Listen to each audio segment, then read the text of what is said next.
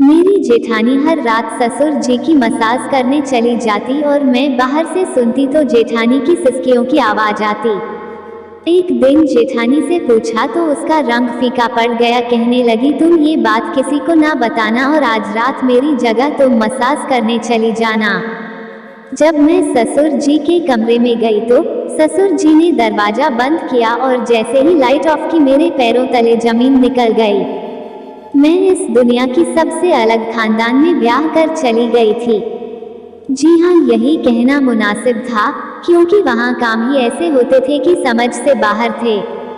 मेरे ससुराल में मेरी एक जेठानी और ससुर ही था। जेठ जी बाहर शहर में रहते थे, उनको शादी में भी नहीं देखा, वो आए ही नहीं। दरअसल हमारी मोहब्बत की शादी थी और मेरे घर वाले राजी नहीं थे, क्योंकि मेरा पति बहुत कमजोर और बीमार नजर आता था। मेरे बाबा को पूरा यकीन था कि यह नशा करता है, जबकि ऐसा नहीं था। मैं चाहती थी कि हमारी शादी इज्जत और सुकून से हो जाए, पर ऐसा नहीं हो पाया और बात बिगड़ गई।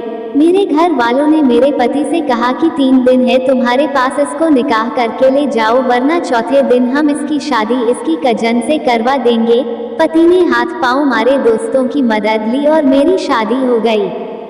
बाबा ने कहा कि तुम्हारे लिए आज से इस घर के दरवाजे बंद हैं। मैं हैरान तब हुई जब पापा भी शादी में खुशी खुशी आए और वलीमा भी हुआ। वह बिल्कुल भी नाराज नहीं हुए, कहते थे कि मोहब्बत करना गुनाह नहीं है। मेरी शादी पर ही मैं अपनी जेठानी से मिली, उसने मुझे तसल्ली दी और कहा कि सब ठीक हो जाएगा। अब मेरा पति दिन रात में राहत करने लगा, क्योंकि अब हमें पैसों की जरूरत थी और वो सुबह जाता तो रात को ही वापस आता। ऐसे में घर में सिर्फ मैं और मेरी जेठानी ही थे। एक दिन मैंने कुछ बहुत ही अजीब देखा। रात होते ही मेरी जेठानी सारा काम खत्म करने के बाद मेरे ससुर के कमरे में जा रही थी। उसके हाथ में तेल की एक प्याली थी।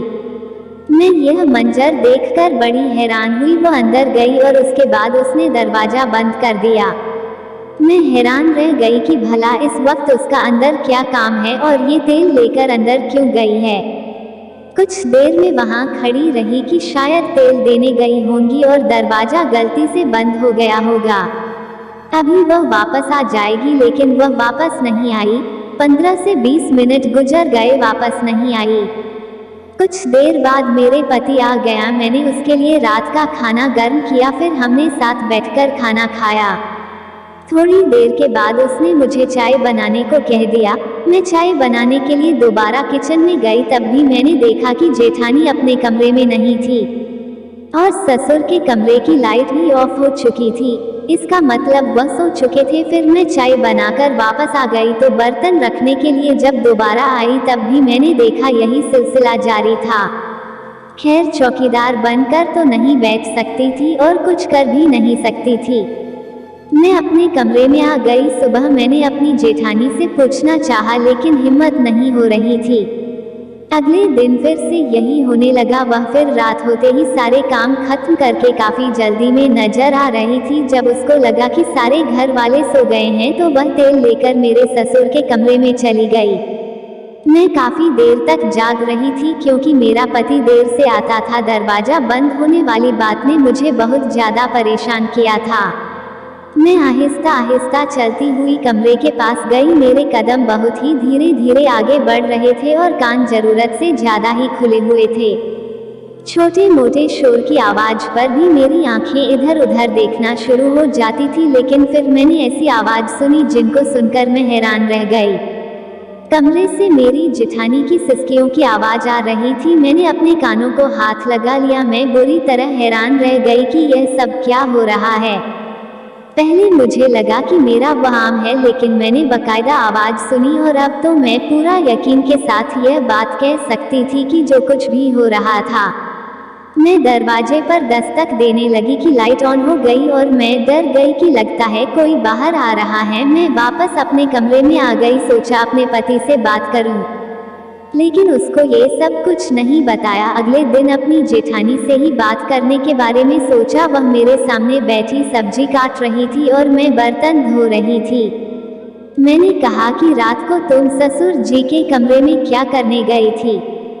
तुम्हारे हाथ में तेल था और तुमने दरवाजा बंद कर दिया। मेरी जेठानी तो हैरान रह गई, उसको मुझसे इस तरह की बात सुनने की उम्मीद नहीं थी। कहने लगी कि उनके पाँव में दर्द था तो मैं उनके पैरों पर तेल लगाने के लिए गई थी। मैंने कहा चलो मान लिया कि तेल लगाने के लिए गई थी, लेकिन दरवाजा बंद करने की क्या जरूरत थी और तुम तो अंदर जाकर बैठ ही गई थी। मैं 2-3 दफा चक्कर लगाने आई तो मैंने देखा कि तुम कमरे में थी ही नहीं। मेरी जेठानी ने मुझसे झूठ बोल दिया कि मैं कमरे में नहीं थी, बाथरूम में थी, इसलिए तुम्हें नजर नहीं आई होंगी। मेरी जेठानी मुझसे नजर नहीं मिला पा रही थी, वह अपने काम में फिर मशरूफ हो गई। मैंने कहा कि क्या हुआ था, तुम्हारी तबीयत को? तो वे झुंझला कर बोली क्यों तुम इतनी सी बात का कीमा बना रही हो। छोड़ो ये सब बात, आज बहुत ज्यादा गर्मी है और तुम हो कि इतने सारे सवाल कर रही हो। उसने बात का रुख दूसरी तरफ कर दिया था, लेकिन मुझे अंदाजा लगाना था, मैंने लगा लिया। मेरी एक बहुत ही करीबी दोस्त थी, जब मैंने उसको ये सब कुछ बताया तो उसने इस बात को सुनकर अपने कानों पर हाथ लगाकर बोली कि पागल तो नहीं हो गई हो, जाहिर है वहां पर क्या हो रहा होगा, तुम्हें पता करना चाहिए। मेरी जेठानी भी बड़ी अजीब तरह की औरत थी, चुप चुप रहती थी और बहुत ही खुले कपड़े पहनती थी। एक तरफ कहती थी कि मुझे गर्मी लग रही है और दूसरी तरफ इतने लंबे और मोटे कपड़े पहनती थी, तब उसको गर्मी नहीं लगती थी क्या? कोई ना कोई गड़बड़ जरूर थी। एक दिन हमारे घर में एक रिश्तेदार आई हुई थी, उससे बातों बातों में मैंने बातें की तो उसने कहा कि तुम्हारा पति भी शादी से पहले बाहर के मुल्क जाना चाहता था, लेकिन उसके बाप ने जाने नहीं दिया। मैंने कहा कि मेरा पति बाहर नहीं जाए तो ही अच्छा है, मैं उससे बहुत मोहब्बत करती हूँ। उन्होंने कहा कि हाँ, तुम्हारी जेठानी का भी तो पति बाहर होता है, बेचारी कितनी उदास होती है। मैंने कहा कि नहीं, उदास तो नहीं होती, बिल्कुल नॉर्मल रहती हैं, तैयार भी होती हैं, हाथों में चूड़ियां भी पहनती हैं। तो कहने लगी कि नहीं, ऐसा तो नहीं, हमने तो उसे बड़ा ही उदास देखा है, वैसे ही वह बहुत खूबसूरत है। मैंने कहा खूबसूरत तो बहुत है, ऐसे में पति पास ना हो तो इंसान तैयार होकर किसको दिखाता है, लेकिन उसका दिल करता हो कि वह तैयार होना चाहिए, अच्छी बात है। इंसान को अपने लिए भी तैयार होना चाहिए, सिर्फ पति के लिए औरत क्यों तैयार हो, वह अपने लिए भी तैयार हो सकती है, ताकि अपने आप को खूबसूरत देखकर उसको खुशी मिल सके। मेरी जेठानी को देखकर बिल्कुल भी नहीं लगता था कि उसका पति बाहर है, ना उस घर में मेरे जेठ की कोई बात होती थी, ना ही उसका कोई नाम लेता था, ना मैंने उसकी कोई तस्वीर देखी थी। जेठानी को भी कभी अपने पति से फोन पर बात करते हुए नहीं देखा था। अगर पति बाहर था तो फोन तो करता ही होगा, और यहाँ तक कि मेरे ससुर यह भी नहीं कहते थे कि बेटा बाहर है। एक दफा हम सब खाना खा रहे थे तो मेरे ससुर ने कहा, अल्लाह ने एक ही बेटा दिया है और यह सारा कुछ उसी का तो है। साथ ही वह खांसने लगे। मैंने कहा कि अब्बू आपका एक और बेटा भी तो है। कहने लगे कि हाँ, एक और बेटा भी है, गलती हो गई मुझसे, बाप थोड़ी ना अपनी औलाद को भूल सकता है। मैं तो मजाक कर रहा था। मैं हैरान हो गई कि कैसे भूल गए। मेरे पति ने भी अजीब सा चेहरा बना लिया और जेठानी भी इधर उधर देखने लगी। ऐसा लगा कि यह तीनों ही मुझसे कोई बात छुपा रहे हैं, लेकिन मेरी जेठानी का वही रूटीन था। मैंने फिर उससे सवाल किया तो कहने लगी कि ससुर की टांगों में दर्द होता है, जब तक उनकी टांगें ना दबाओ उनको नींद नहीं आती। लेकिन मैं ये सोच रही थी कि जब वह सो जाते हैं तो यह वापस क्यों नहीं आती, कमरे के अंदर ही क्यों रहती है, क्या सारी रात टांगें दबाती रहती है। इसके साथ मेरे ससुर का कोई रिश्ता भी नहीं था कि उसके चाचू या मामू लगते हैं। उन्होंने ये वाली बहू अपने खानदान से नहीं ली थी, ये खानदान की बाहर की लड़की थी। फिर कितनी अजीब बात थी कि ससुर के कमरे में चली जाती है, उनकी टांगों की मालिश करती है, मसाज करती है और फिर वहीं पर सो भी जाती है। इसका वहाँ क्या काम था? और वह आवाजें, उनके बारे में सोचकर तो मेरे दिमाग में वैसे ही घूमे जा रहा था, जो मैं सोचना भी नहीं चाहती थी, और वह इस घर में हो रहा था। एक दिन तो कुछ ऐसा हुआ कि मैं हैरान ही रह गई। एक दिन मैंने अपनी जेठानी को कपड़े बदलते हुए देख लिया। वो मुझे देखकर बुरी तरह चौंक गई, लेकिन उससे ज्यादा तो मैं सो गई थी। मैंने कहा कि आप तो माँ बनने वाली हैं और आपने मुझे बताया ही नहीं। उसकी जबान उसका साथ नहीं दे रही थी। वह पहले तो बहुत घबरा गई, फिर खुद को संभाल कर बोली, हमारे खानदान में ये सब नहीं बताया जाता। जब तक 7 महीने नहीं हो जाते तब तक किसी को भी यह बात नहीं बताई जाती। कहते हैं कि नज़र लग जाती है और अच्छी बात नहीं होती, इसलिए मैंने किसी को नहीं बताया कि मैं माँ बनने वाली हूँ। मैंने कहा कि मेरे पति ने भी नहीं बताया, कभी ससुर जी ने भी जिक्र नहीं किया। क्या उन लोगों को भी नहीं पता? मेरी जेठानी को कोई बात समझ में नहीं आ रही थी। वो मुझसे क्या बोले? उसने कहा सबको पता है, उसको याद नहीं रहा होगा। एक किस किस्म की बात थी? इतनी बड़ी बात कोई कैसे भूल सकता है? और मुझे भी नहीं पता चला, क्योंकि मेरी जेठानी बहुत खुले कपड़े पहना करती थी, पर अब उसको देखकर लगता था कि उसका 7वां महीना चल रहा है। इसका मतलब है कि 7 महीने पहले मेरे जेठ जी आए थे, लेकिन फिर भी कोई इस घर में उनका नाम नहीं लेता था। क्या उनकी उसके साथ कोई दुश्मनी थी या उनको पसंद नहीं करते थे? इस घर में रहते हुए मुझे 2 महीने होने वाले थे। इन 2 महीनों में मैंने कभी भी नहीं देखा कि जेठ जी ने जेठानी जी के लिए कुछ भेजा हो। ना कभी कोई मनियारा आया, ना कभी कोई पार्सल आया। फिर मैंने सोचा कि एक तो मेरी जेठानी की यह हालत है, ऊपर से मेरे ससुर जी उसको अपनी टांगें दबाने के लिए बुला लेते हैं, अपनी टांगों पर मसाज करवाते हैं, वो भी रोज की बुनियाद पर। उनको इसका एहसास करना चाहिए। ऐसे में तो औरत को आराम की जरूरत होती है।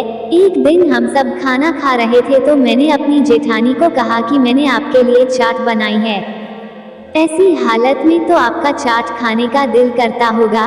ये बात सुनकर जेठानी के गले में खाना अटक गया और ससुर जी ने भी उसको हैरान होकर देखा। वह सबके सामने कहने लगी कि तुम्हें क्या हो गया है? तुम्हें किसने कह दिया कि मैं पेट से हूँ, जबकि मेरा पति ही मुझसे मिलने के लिए नहीं आया है। मेरे कदमों तले से जमीन निकल गई कि कैसे मेरी जेठानी ने मुंह भरकर झूठ बोल दिया था, जबकि मुझे अच्छी तरह पता था कि वो उम्मीद से है, और अगर उसका पति मिलने नहीं आया तो फिर यह बच्चा किसका है? मेरे ससुर ने भी कहा कि वो तुमसे मजाक कर रही थी और तुमने सच मान लिया। बेटी, अभी ऐसी कोई खुशखबरी नहीं है हमारे घर। अब तो हम तुम लोगों की तरफ ही देखते हैं, जल्दी से कोई खुशखबरी सुना दो हमें, तो इस घर में भी रौनक लग जाए। मेरे ससुर ने अचानक ही मेरी जेठानी को कहा कि तुम्हारी मम्मी के घर तुम्हें छोड़ के आना था, आओ मैं तुम्हें छोड़ आता हूँ। मैं तो भूल ही गया, तुम भी याद नहीं करवाती। अब इसका पति घर पर नहीं है तो ये जिम्मेदारी मुझे ही पूरी करनी पड़ती है। जब ये कहती है तो इसके मायके छोड़ आता हूँ। मेरे ससुर मुझे सफाई दे रहे थे। उन्होंने कहा इसके अब्बू के साथ मेरी काफ़ी दोस्ती भी है, वहाँ पर थोड़ी देर बैठ जाता हूँ, अच्छा टाइम निकल जाता है। तुम दोनों मियाँ बीवी बैठकर खाना खाओ, हम चलते हैं। मेरी जेठानी के चेहरे का रंग उड़ गया था। वो अच्छी तरह से मुझे देख रही थी जैसे मैंने उसकी जिंदगी बर्बाद कर दी थी। मेरे ससुर अचानक से उसे लेकर वहां से चले गए, जबकि इससे पहले तो ऐसी कोई बात नहीं कर रहे थे कि आज ही लेकर जाना है। वह चले गए तो मेरे पति ने मुझे कहा कि तुमको किसने ये सब कह दिया? इस तरह की बातें क्यों कर रही हो? मैंने कहा कि मैंने देखा था, उनका पेट इतना बड़ा हुआ है। मेरे पति हंसने लगे कि उनका पेट खाने से बड़ा हुआ होगा और तुम समझ रही होगी कि वह प्रेग्नेंट है। मेरा भाई 2 साल से वापस नहीं आया है तो बच्चा कहाँ से आ गया? मैंने अपने पति को कुछ नहीं कहा और बहस भी नहीं की, पर बात साफ थी और मैंने अपनी आंखों से देखा था। मेरी जेठानी पेट से थी और उसका 7वां महीना चल रहा था, लेकिन वो ये बात छुपा क्यों रही थी? और अगर छुपा रही थी तो कब तक छुपाती? क्या उसे बच्चे को पैदा नहीं करना था? मेरे ससुर जेठानी को छोड़कर रात तक वापस आए तो अपनी जेठानी को देखकर मैं फिर हैरान रह गई। उसके चेहरे पर एक बहुत बड़ा निशान बना हुआ था, जैसे जख्म लगा था। मैं आगे बढ़ी, मैंने कहा कि क्या हुआ है, ये कैसे हुआ? तो कहने लगी कि वापसी पर रिक्शे में से गिर गई और मेरा मुंह जमीन पर लग गया। मैं हैरान रह गई। मेरी जेठानी की आंखों को देखकर लग रहा था कि वह झूठ बोल रही है। वह अपने कमरे में चली गई और उसने खाना भी नहीं खाया। उसकी आंखों में आंसू थे। इस बेचारी के साथ या तो कोई जुल्म हो रहा था या तो खुद ही सब कुछ कर रही थी। एक दिन मुझे बहुत गुस्सा आ गया और मैंने अपनी जेठानी को कहा कि क्यों इतना बड़ा झूठ बोल रही हो? सबके सामने। मैं अंधी नहीं हूँ, मैंने तुम्हें अपनी आंखों से देखा है कि तुम माँ बनने वाली हो। तुमने नकली पेट तो नहीं लगा रखा है, तुम इतना खाती भी नहीं हो कि तुम मोटी हो जाओ। तुम्हारी कोख में किसका बच्चा है? तुम्हारा शौहर भी 2 साल से नहीं आया, तो फिर यह किसका बच्चा है? मेरी जेठानी ने मेरी बात सुन ली लेकिन जवाब नहीं दे रही थी। मैंने कहा, क्यों नहीं आती हो? कमरे से वापस तेल लगा लिया तो वापस आ जाओ, वहाँ सोने की क्या जरूरत है? और कौन सा उनकी टांगों में दर्द रहता है? कौन सा काम करते हैं? और अगर तुम दोनों मिलकर कोई चक्कर चला रहे हो और अगर मुझे पता चला तो मैं सारे जग में दोनों की बदनामी कर दूंगी, छोड़ूंगी नहीं तुम लोगों को। मुझे पता है कि एक औरत मर्द के बगैर नहीं रह सकती है। तुम्हारा पति 2 साल से बाहर के मुल्क में है, लेकिन इसका मतलब यह नहीं है कि तुम उसकी इज्जत का सौदा कर दो। और उस बच्चे का क्या कसूर है? इस दुनिया में आएगा तो किसको अपना बाप कहेगा? क्या तुम इसको इस दुनिया में लेकर नहीं आओगी? कब तक छुपाओगी? क्यों अपनी जिंदगी बर्बाद कर रही हो? मेरी जेठानी को गुस्सा आ गया। उसने कहा कि ठीक है, तुम्हें यही लगता है कि मैं अपने ससुर के कमरे में जाती हूँ और मेरा बच्चा भी मेरे शहर का नहीं है, तो आज मेरी जगह तुम ससुर के कमरे में जाओ, उनको तेल से मालिश करनी है, फिर देख लेना कि वहाँ पर क्या होता है। मैंने कहा कि ठीक है, मैं चली जाऊंगी, देखती हूँ क्या होता है। उसने कहा कि ससुर ने पहले ही कमरे की लाइट ऑफ की होती है और तुम्हें वह इतना ही कहेंगे कि तेल लगा दो, तुम आराम से लगा देना, उसमें कोई मसला नहीं है। मैंने कहा ठीक है, मैं भी जाऊंगी और देखती हूँ अंदर क्या होता है। मुझे पता था कि औरत की गलती नहीं होती, औरत जीत कर भी हार जाती है, लेकिन फिर भी यहाँ पर मुझे गलती जेठानी की ही लग रही थी। अगर कुछ गलत हो रहा था तो फिर किसी को बताती क्यों नहीं थी? अगर मेरे ससुर उस पर जबरदस्ती कर रहे थे तो फिर वो ये बर्दाश्त क्यों कर रही थी? अपने पति से बात क्यों नहीं करती थी? वो मेरे पति को बताती और किसी को नहीं तो मुझे बता देती, मैं उसकी मदद करती। जिस किस्म की आवाज मैंने सुनी थी, मुझे अपनी जेठानी पर भी शक हो रहा था। मेरा पति तो वैसे ही देर से आता था और मेरे ससुर 9 बजे ही सो जाते थे, इसलिए मेरी जेठानी ने मुझे कहा कि जाओ, आज तुम चली जाओ। मैंने देखा कमरे की लाइट पहले से ही ऑफ थी। मैंने हाथ में तेल का प्याला पकड़ा और अंदर दाखिल हो गई। मेरी जेठानी ने कहा था कि अंदर जाते ही दरवाजा बंद कर देना और कोई बात पूछे तो आगे से सिर्फ हाँ हाँ ही करना। मुझे डरने की क्या जरूरत थी? यह मेरा ससुर था, अगर पता चल भी जाता तो मैं फौरन बाहर आ जाती। मेरी जेठानी बाहर ही खड़ी थी, लेकिन जब मैं अंदर गई तो मेरे ससुर ने अंदर जाते ही ऐसी बात कही कि मैंने अपने कानों को हाथ लगा लिया। कहने लगे, मेरी जान आज इतनी देर क्यों लगा दी? मैं पूरी तरह हैरान रह गई। बैठो, मेरे पास खड़ी क्यों हो? क्या हो गया है? नाराज हो मुझसे? वह ऐसे बोल रहे थे जैसे कोई अपनी बीवी से बात करता है। मुझे तो वहाँ 2 मिनट ही हुए थे कि मैं फौरन वहाँ से बाहर आ गई और अपनी जेठानी को हैरान होकर देखा। फिर वो मुझे अपने कमरे में ले गई और उसने मुझे एक तस्वीर दिखाई जिसमें वह अपने ससुर के साथ दुल्हन बनी बैठी थी। उसने कहा, यह मेरा ससुर नहीं, मेरा शौहर है और मेरी शादी हुई है। तुमने जो आवाज सुनी वह इस वजह से। ऐसी हालत में मैं टांगे दबाकर बुरी तरह से थक जाती हूँ, इसलिए मेरे मुंह से ऐसी आवाजें आने लग जाती थी। यह इंसान अच्छा नहीं है, मुझ पर जुल्म करता है, मुझे अपना गुलाम समझता है, क्योंकि मेरे आगे पीछे कोई नहीं है, लेकिन यह मेरा शौहर है और यह बच्चा भी इसी का है। उसने कहा था कि जब बच्चे के दिन आ जाएंगे तो यह मुझे गांव भेज देगा और फिर कुछ ना कुछ करके कह देगा कि ये बच्चा गोद लिया है। तुम्हारे पति ने मिलकर ये प्लान बनाया था कि तुम्हें ये बात पता ना चले, नहीं तो बदनामी होगी। हमारे खानदान में यह बात किसी को भी नहीं पता चले। जो औरत इस घर में आई थी वह तो मेरे पति की बहन थी, इसलिए वह भी हमारे साथ मिली हुई थी। जब तुमने सबके सामने कहा कि आप पेट से है तो मेरे पति ने मुझ पर गुस्सा किया और मुझ पर हाथ भी उठाया। तभी मेरे चेहरे पर जख्म लगा हुआ था। सारी रात उसने मुझे बातें सुनाई थी।